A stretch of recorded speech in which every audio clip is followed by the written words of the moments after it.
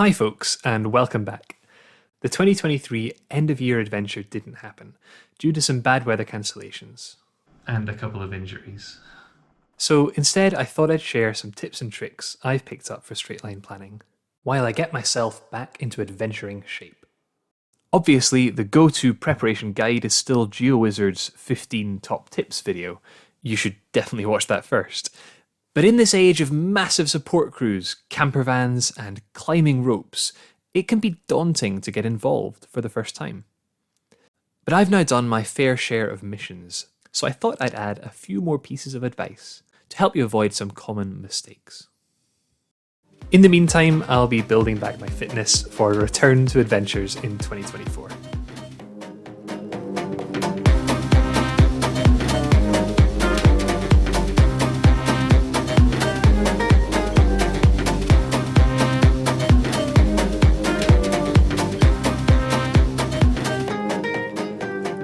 Straight lines on Earth aren't straight, and authorities disagree on what straight looks like.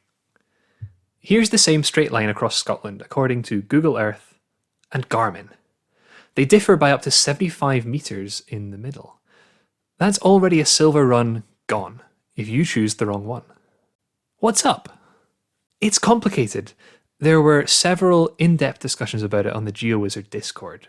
But the most important thing to know is that the straight line community uses Google Earth as its source of truth for grading and ranking purposes. Any line it draws between 2 points is straight.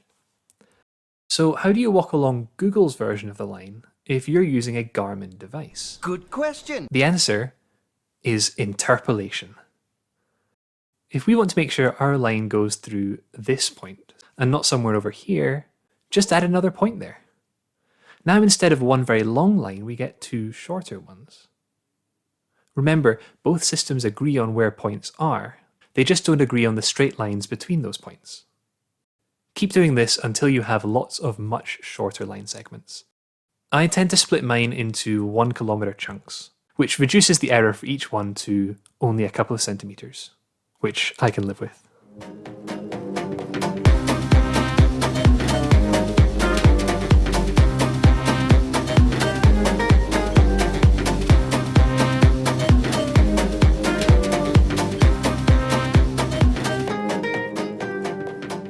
This is a great technology hack that could save you hundreds in unnecessary equipment. If you're like me and like money, you may have opted for a budget, older version of GPS tracker. If that happens to be a Garmin GPS Map 65 or earlier, then this tip is for you. Garmin discontinued their bird's eye software for all models up to and including the GPS Map 65.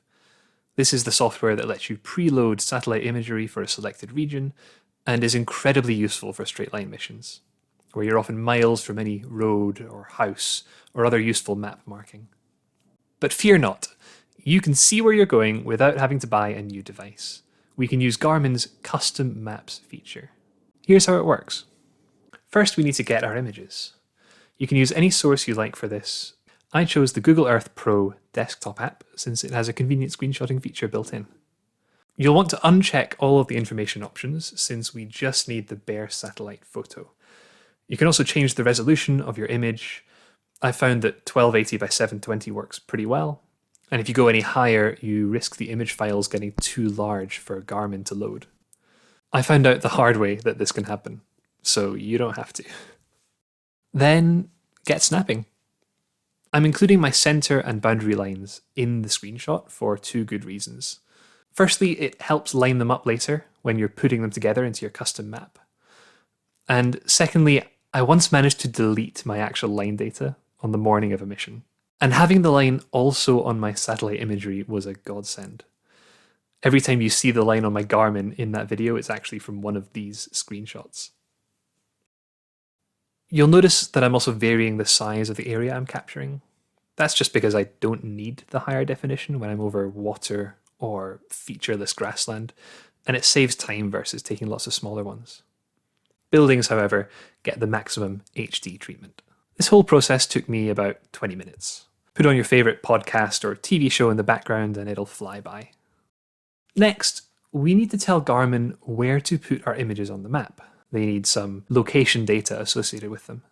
There are probably many ways to do this, but I think the easiest uses Google Earth Pro again. Who's a clever boy? Load the images one by one into your sidebar and match each of them back up to the correct position on the ground. This is the slowest part of the process, I found. I spent around a minute on each one. So get those episodes lined up. Finally, save this set of images as a single KMZ file. Load that file into Garmin Basecamp and save it to your device. You can now view your shiny new custom map on the main tracker screen.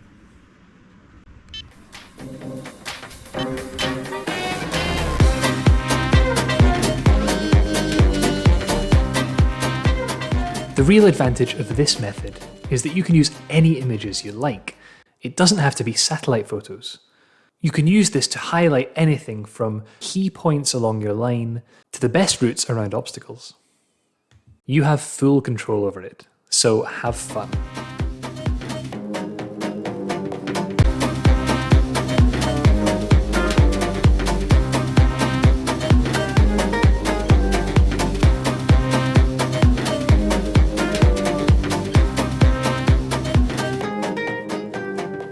It's a common question for route planners.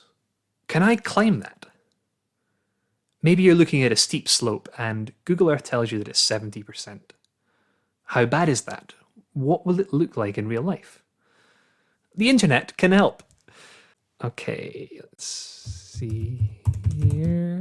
It looks like slope is the vertical distance as a percentage of the horizontal. So 70% is 7 parts up for every 10 across.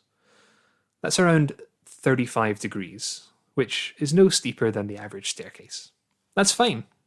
So up the slope we go. Except Google Earth doesn't work like that. Their 70% is not the same as everybody else's.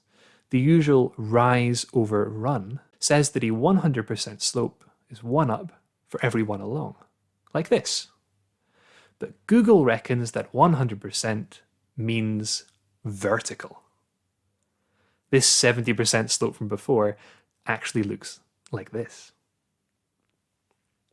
Here's a quick conversion chart of Google Earth slope to regular slope. I'm not going to suggest what a safe slope cutoff might be, as the terrain matters hugely, as well as your own level of experience. Either test out some gradients near you, or better still, scout the steepest parts of your line before locking anything in. And finally, practice patience. To be successful in this sport, you need to become the most patient person on the planet. But how can you practice that? You say, impatiently. Like this.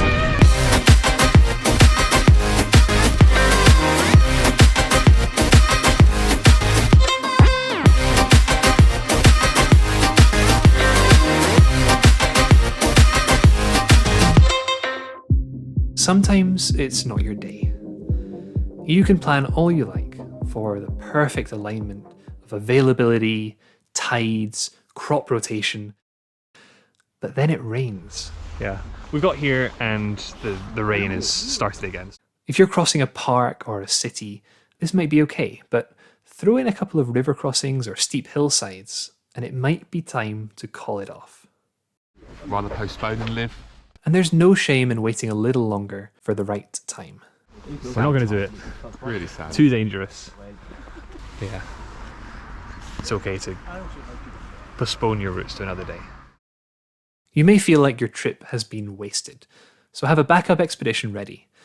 You could turn it into a scouting mission, or simply practice using your equipment. So there are my 5 extra tips for planning and preparing for straight line missions. I'm sure many of you watching will have better or easier methods for some of them, so I'll keep a note of corrections and updates in the video description. If you're looking for more advice, check out Marcus's video on straight line mission mistakes. And feel free to ask more questions in the comments. I'll do my best to respond to all of them. Enjoy planning your next adventure, and be safe out there. I'll be back on my feet soon. Hey.